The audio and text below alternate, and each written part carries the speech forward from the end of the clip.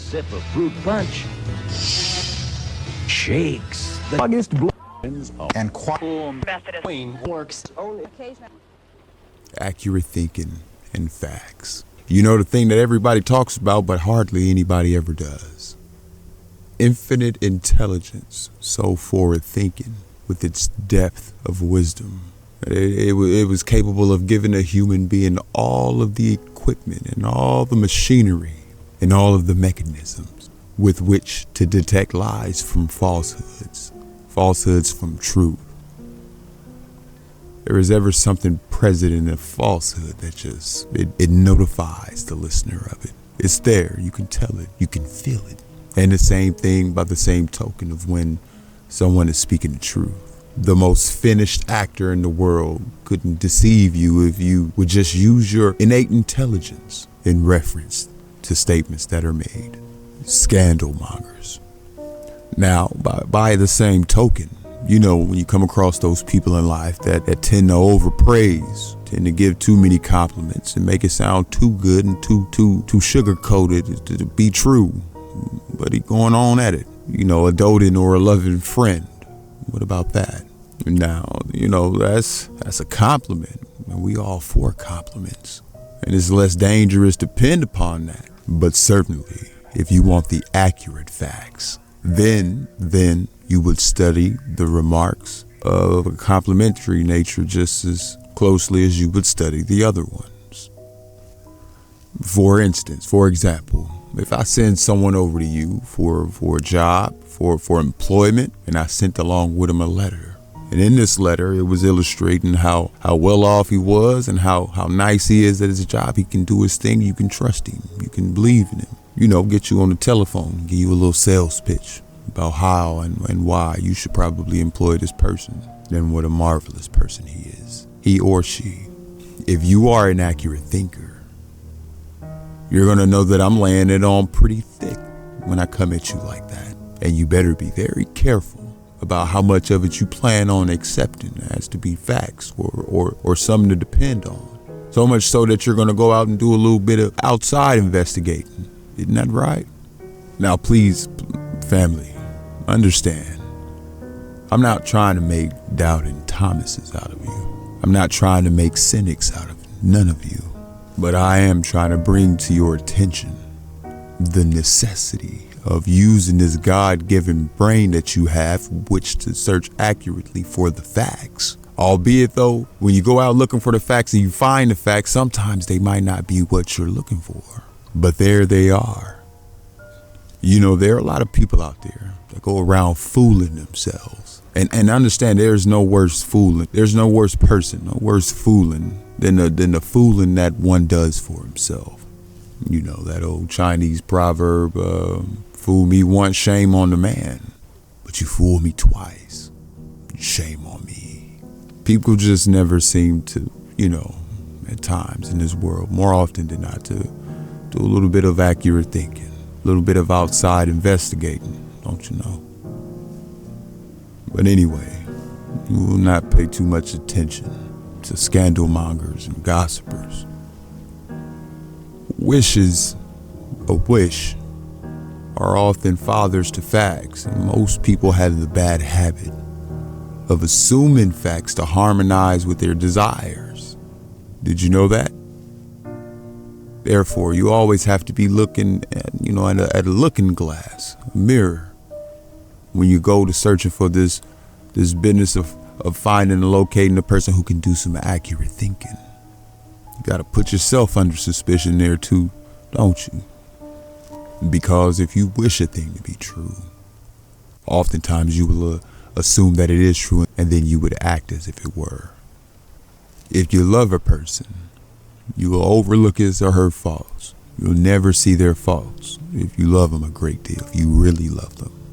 But if we're being accurate thinkers, we really need to truly watch ourselves, especially with those whom we admire most, until they have proven themselves entirely. Because even me, I'm not nobody special in life. Back down through the years, I have turned out to admire many people throughout life. but they've always, more often than not, turned out to be very dangerous indeed. Matter of fact, now that I think about it, I think most of my troubles back in the early days came from when I was, just trusting people too much, letting them use my name. Sometimes they wouldn't use it wisely. It's happened about 5 or 6 times in my life. Why did it happen? Well, because I trusted the people. Why did I trust them? Because I knew them and I thought they were nice people and they said and did the things that I like. Be careful of the fella who says and does the thing that you like, because you're going to overlook his faults. Don't be too hard on the man that steps on your corns and causes you to examine yourself. Don't be too hard on him, because he may be the most important friend that you ever had in your life. The person that maybe irritates you, but causes you to examine yourself carefully. Now, we all like to meet and greet with people who agree with us. That's human nature. But oftentimes, the people that you associate with, those people that you keep around, oftentimes they come to the point where they can take advantage of you, and they do. Now, information is abundant and most of it is free, but facts have an elusive habit, and generally there is a price attached to those facts. Certainly the price is painstaking labor in examining them for accuracy. That's the least of the price that you have to pay for facts. And this question, how do you know? That question is the favorite question of the thinker. When a thinker hears a statement that he can't accept, immediately he says to the speaker, "How do you know?" What is your source of information? This business of asking people to identify their source of knowledge. And oftentimes, if you have the slightest bit of inclination to go about and asking people for their source of knowledge, when you do that, you more than likely put the person right out on a limb, and they won't be able to do it, to identify their source of knowledge. Or if you ask him, how does he know? And he says, well, I believe so. Now, what right do you have to believe anything in this world today? Unless it's based upon something, unless you can provide some background for it. I believe there's a God. A lot of people do. But I bet there's a lot of people out there who say they believe there's a God, but they couldn't give you the slightest bit of evidence if you backed them into a corner. I can give you evidence. When I say that I believe in a God and you say, how do you know? I can give you all of that. I don't have so much evidence in connection with anything else any much more than I do with the existence and the evidence of a creator. Because the orderliness of this universe couldn't go on eons and eons at times, ad infinitum, without a cause back of it, without a plan back of it, a first cause. That's absolutely true. And yet there are a lot of people who undertake to prove the existence of God in devious ways, wherein in my buckaroos wouldn't be evidence at all. Anything that exists, including God, is capable of proof. And where there is no such proof is available, it is then safe to assume that nothing exists. Now, when no facts are available for the basis of an opinion or a judgment or a plan, turn to logic for guidance. No one has ever seen God, but logic says that he exists and that he has to exist, or we wouldn't be here. We couldn't be here without a first cause, a higher intelligence than ourselves. We couldn't be here. And that thing called logic, it's a wonderful thing. When you have a hunch, you have a feeling that certain things are true and certain things are not true. And you better be careful, pay high respects to that hunch, that feeling, because that's probably more than likely infinite intelligence trying to break through the outer shell and get it on over into you so that you can use a little logic. Now, if one of my relatives or friends or someone just came up to me and was like, yeah, I'm going to make a good chunk of money this year, thousands, let's say $1 million this year, would you think I would say if a person like that came up to me? When we're using accurate thinking as a basis, as a foundation, what do you think I would say? What would be the first question that I would ask to you? Well, how? How are you going to do it? I want to hear your plan. And then, when I hear that person's plan, what do you think? What do you think is the next step? Am I going to accept it or reject it? Well, I'm going to weigh you, the person who's asking. First of all, your ability to get $1 million and to find out what you're going to get for it. And my logic then will be the thing that tells me whether or not that your plan for doing what you're talking about doing, for getting this money. Logic is going to tell me whether or not it's going to be probable, workable, and practical. Now, something like that, it doesn't take a very lot of intelligent thinking, you understand. But it's a very important thing to do. In all honesty, in every conversation that you have on that type of timing, you could never go wrong. Anyway, I would go over it. I would analyze your plan, analyze you. I would analyze your capabilities, your past experience, your past achievements.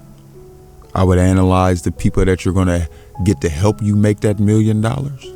Then by the time we got through analyzing, then I'll come to the point where I tell you, well, probably you can do it. Or I'll be able to point out to you, at the very least, it'd probably take a little bit longer than the year that you set out to get this $1 million. Maybe it'll take 2 years. Maybe it'll take 3. But then again, maybe I might come to the point where I have to tell you that you probably won't be able to do it at all. If my reasoning told me that was the answer, well, hell, I had to give it to you just that way. I've had some of my relatives, some of my family, close friends once in life come up to me and put propositions before me, and I had to tell them, I'm going to have to turn you down and absolutely forget about it because they're wasting their time. Now that's the way an accurate thinker proceeds. He doesn't allow his emotions to run away with him. If I allow my emotions to do my thinking for me, then anytime somebody come up to me and they tell me that they want to do something, well, I tell them that they can probably do it. They can get it done. You got this. Whatever your mind can conceive and believe, your mind can achieve. I don't want anybody now to misread that statement, wherein it says, whatever your mind can conceive and believe, your mind will achieve. You caught me the first time. I said it can achieve. Hell, if it will, I don't know if it will. That's up to you. Only you know that.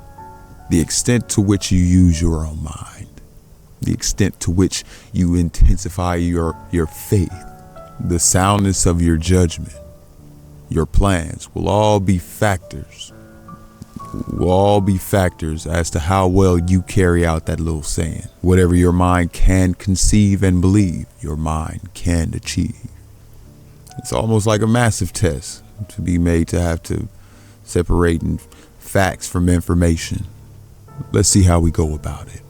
First of all, scrutinize with unusual care everything you read in books or hear over the radio. This day and age, everything you see on the internet. And form a habit of never accepting a statement as fact merely because you may have heard someone say it, or you may have read it in some corner of the internet somewhere, or heard it expressed by someone. Statements bearing some proportion of facts often are intentionally or carelessly colored to give them an erroneous meaning.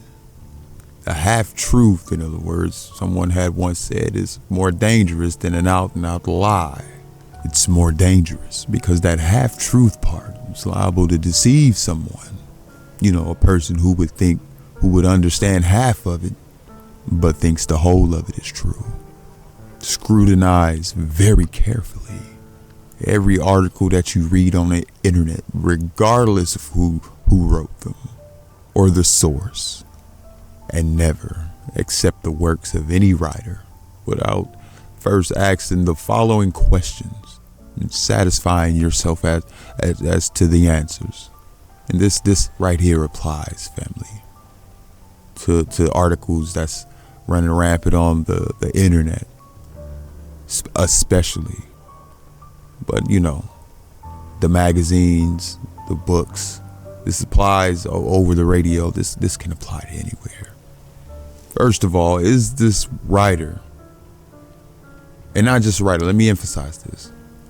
First of all, is the writer a recognized authority on the subject to which he's speaking? The writer or the speaker or the lecturer or the internet or wherever you're getting this source of information, is he a recognized authority on the subject being covered? That's the first question that you ask. Next, did that writer, speaker, teacher, etc., whatever, does this person have a self-interest motive other than imparting the information that he's speaking about, or other than imparting the facts? The motive that prompts a man to write a book or to make a speech or someone to make a statement in private conversation. The motive of it is very important. And if you can get at a man's motive or a person's motive when he's talking, then you can just about be sure that you got a measuring stick to being able to tell how truthful he is in what he's saying. Has the writer or person of interest have a profit interest or other interest on the subject on which he writes or speaks? When you find out what a man's motive is, with whatever he's doing, if you can locate his motive in doing it, it'll be impossible for him or her to fool you in the least, because you can smell him out at that point. And is that writer a person of sound judgment and not a fanatic or a fan on the subject of which he or she writes? I've seen a lot of people in life who are on a given subject or whatever, sometimes overzealous to the point of fanaticism. If you wanted to judge me, for instance, you wouldn't judge me for the kind of clothes I wear, the shoes I wear. Maybe you would. But generally, people tend to judge people for how much good or evil they're doing for other people. That's how you would judge me. That's how you judge anybody else. Listen, you might not like a man's brand of religion or politics, if you will. But if he's doing a good job in his field and helping a lot of people and doing no damage, then never mind about his brand. Don't condemn him when he's doing more good than he is harm, preponderantly more good than harm. Before accepting statements by others, ascertain what prompted the statements. Ascertain also the writer's reputation or the speaker's reputation for truth and veracity. And scrutinize with unusual care all statements made by people who have strong motives or objectives they desire to attain through their statements, and be equally careful by accepting as facts the statements of overzealous people who have the habit of allowing their imagination to run wild. Learn to be cautious, and no matter what, use your own judgment. No matter who it is trying to influence you, use your own judgment in final analysis, at least. And you know what? What can you do if you don't trust your own judgment? You think there's an answer for that? There certainly is. There certainly, most definitely is. And there are a lot of times when an individual can't trust his own judgment because he doesn't know about, the circumstances that he's faced with. At that time, the person has to turn to another with broader experience, or different education, or a keener mind for analysis. when a person comes to that point, he has to do that. In seeking facts from others, do not disclose to them what facts you expect to find. Why you think that statement is being made? If I said to you, you used to employ, old boy, and I think he's a wonderful person, what do you think? Well, if he had any faults, I'm certainly not to get any kind of answers with a kind of a question like that, am I?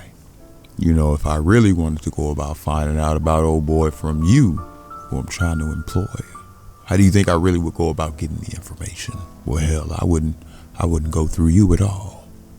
In the first place, I'd have an unbiased credit report company get that kind of information from you. More often than not, you will be truthful when you're talking to them and credit report people about your business. Give out the facts, the truthful facts to that credit rating company that you wouldn't give out to me or anybody else.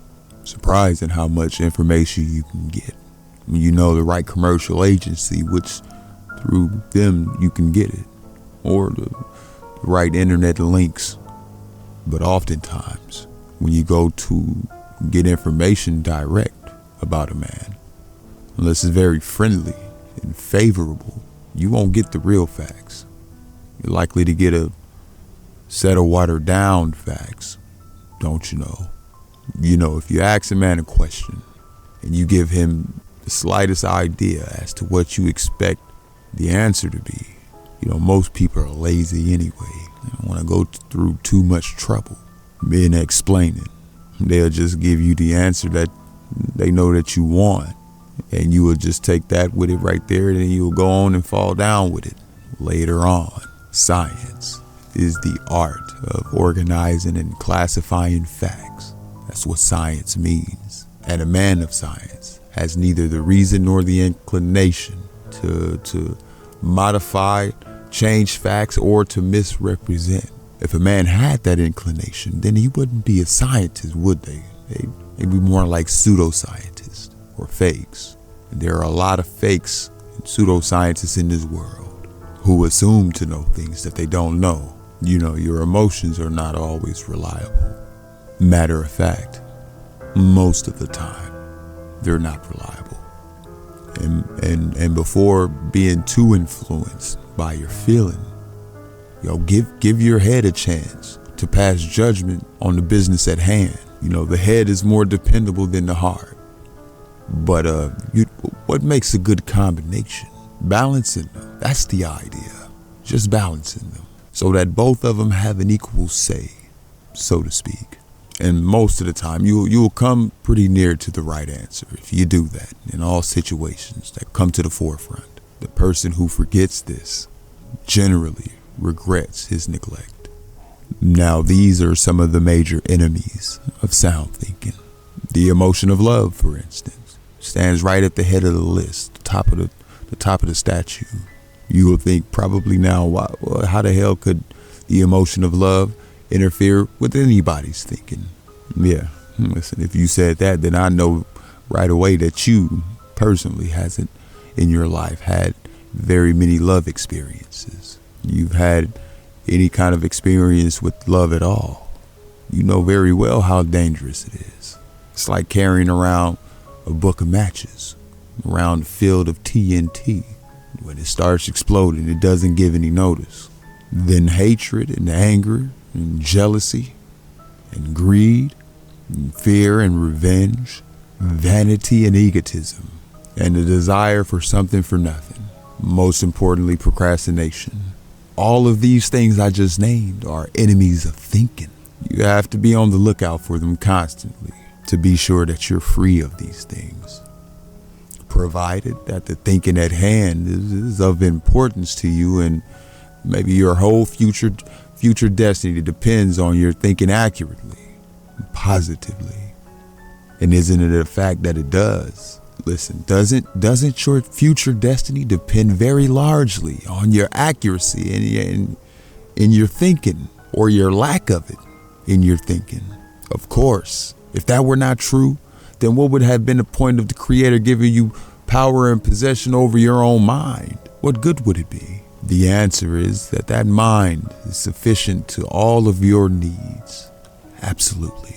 At least on this lifespan. I don't know on the preceding plane where you came from. And I don't know on the succeeding plane where you're going. I don't know about those planes because I don't remember where I came from and I don't yet know where I'm going. Wish I knew. But I know a great deal about where I am now. And I know a great deal about how I can manipulate my own mind so that I can influence my destiny here now, so that I get a great deal of joy, a lot of pleasure out of it. I can give and get joy so that I make myself useful. And I justify my having passed this way. Why and how can I say that? Because I have discovered how to manipulate my own mind and how to keep it under control, make it do the things that I want it to do, throw off the circumstances that I don't want and accept the ones that I do want. And if I don't find them circumstances that I want, what do? Create them, of course. That's what definiteness of purpose and imagination are for.